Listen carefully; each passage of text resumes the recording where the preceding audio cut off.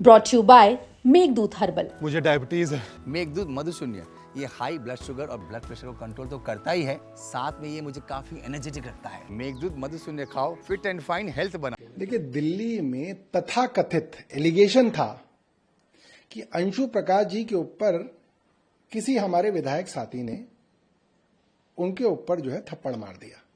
ये एक आरोप था, कोई वीडियो नहीं थी, कोई साक्षी नहीं था। उस दिन मेडिकल तक नहीं हो पाया था, मेडिकल भी 2 दिन पुराना था। उसके बावजूद दिल्ली के अंदर क्या रिटायर्ड अफसर और क्या बैठा हुआ अफसर, पूरे देश में हंगामा हो गया था। सुबह से शाम तक टीवी के ऊपर बहस चल रही थी। कहीं आईएएस एसोसिएशन हड़ताल पे जा रही थी, कहीं पे जो है छोटे अफसरों की एसोसिएशन हड़ताल पे जा रही थी। यहां पे सबको साफ सूंघ गया।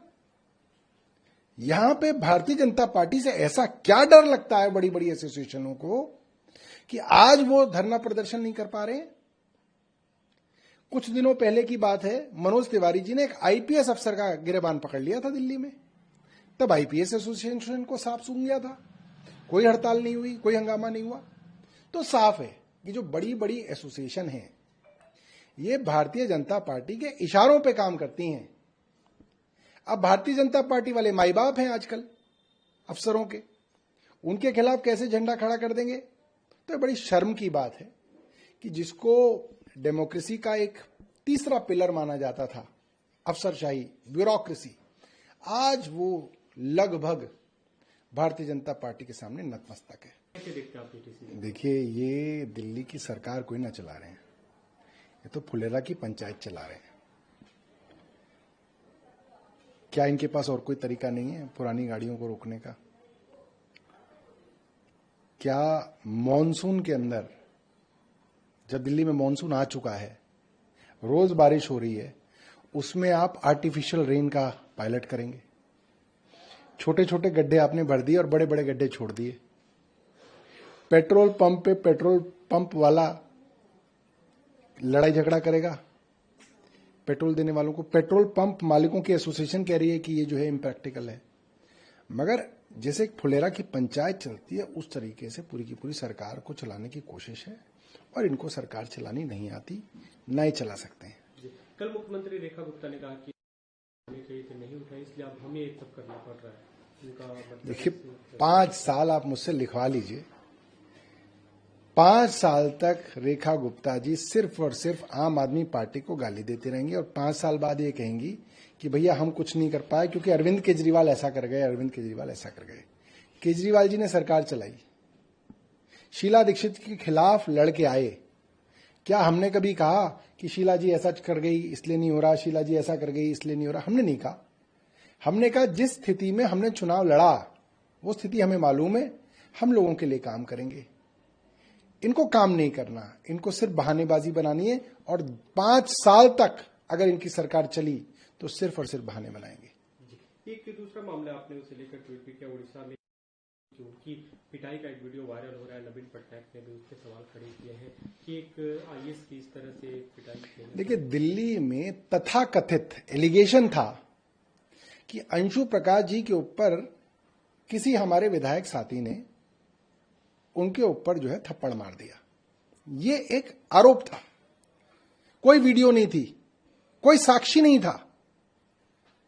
उस दिन मेडिकल तक नहीं हो पाया था, मेडिकल भी 2 दिन पुराना था। उसके बावजूद दिल्ली के अंदर क्या रिटायर्ड अफसर और क्या बैठा हुआ अफसर, पूरे देश में हंगामा हो गया था।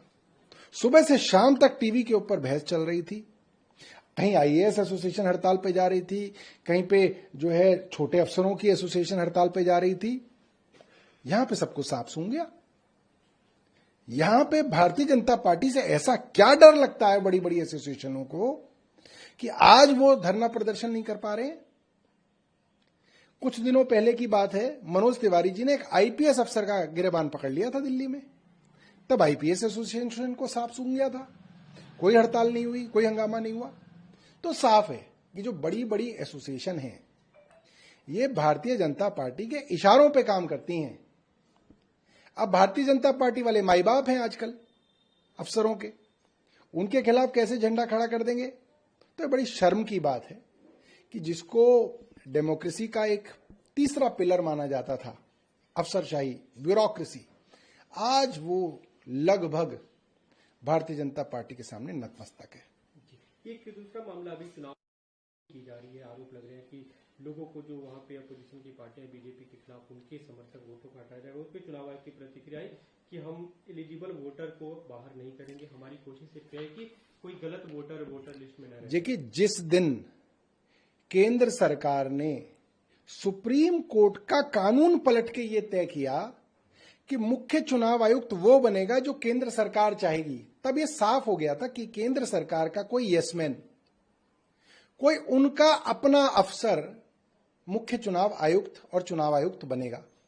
जब उन्होंने अपनी मर्जी का अपना अफसर मुख्य चुनाव आयुक्त बना लिया तो वो सब कुछ करेगा जो भारतीय जनता पार्टी के पक्ष में होगा। दिल्ली में चुनावों में जिस तरीके से जूते बांटे गए, चेन बांटी गई, पैसा बांटा गया, खुल के बांटा गया, और चुनाव आयोग ने कुछ नहीं किया।